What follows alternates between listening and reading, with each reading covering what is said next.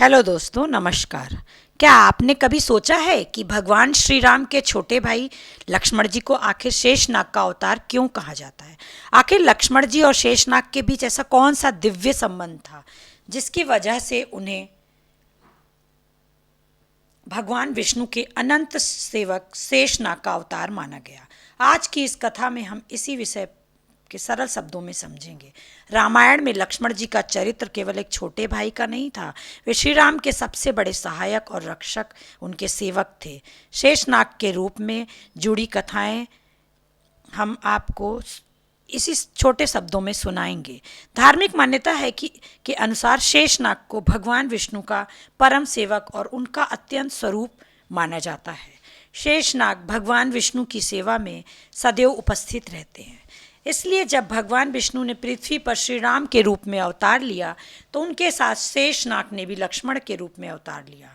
क्षीर सागर का यह दिव्य दृश्य भगवान विष्णु शेषनाग के विशाल सैया पर विराजमान है। शेषनाग अनेक फनों को भगवान के ऊपर छत्र की तरह फैलाए हुआ है। यह दृश्य केवल सुंदरता का प्रतीक नहीं माना, बल्कि भगवान उनके परम सेवक भी शाश्वत संबंध का प्रतीक माना जाता है। इस दिव्य संबंध को रामावतार में भी देखा जाता है। भगवान विष्णु श्री राम के रूप में पृथ्वी पर आए और शेषनाग लक्ष्मण के रूप में उनके साथ है, ऐसी धार्मिक मान्यता है।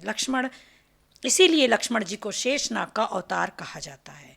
लेकिन इस अवतार का सबसे सुंदर प्रमाण लक्ष्मण जी का पूरा जीवन ही दिखाई देता है। उन्होंने श्री राम को केवल अपना बड़ा भाई नहीं माना, उनके लिए जीवन ही उनके सबसे बड़ा उद्देश्य था। वे जहाँ श्री राम वहीं लक्ष्मण। लक्ष्मण जी का यह समर्पण वनवास के समय और स्पष्ट हो गया। जब श्री राम को 14 वर्ष का वनवास मिला, तब लक्ष्मण जी ने उनके साथ वन जाने का निर्णय लिया और इस तरह राजमहल का सुख, आराम और सुविधा छोड़कर श्री राम जी और माता सीता के साथ वो वन को निकल पड़े। वन में पहुंचने के बाद लक्ष्मण जी ने श्री राम और माता सीता की सेवा को अपना जीवन बना लिया।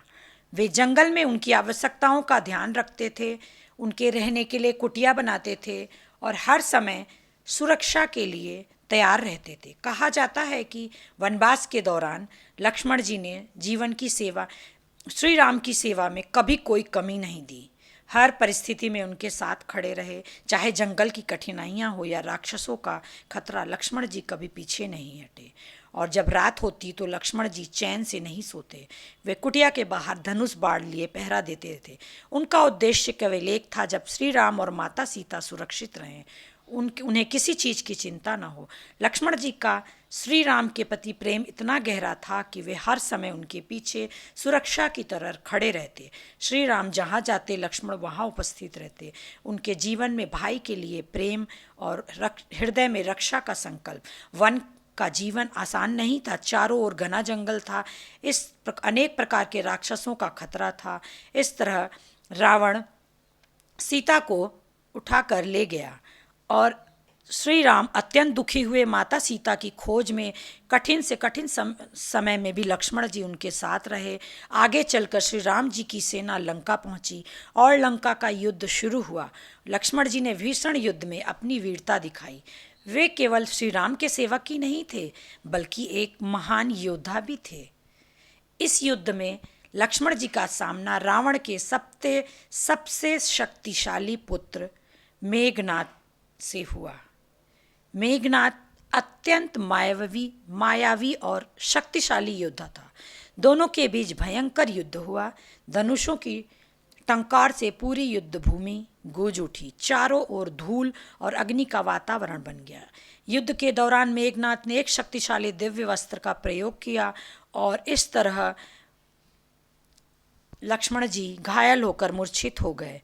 अब यह देखकर श्री राम बहुत दुख हुए।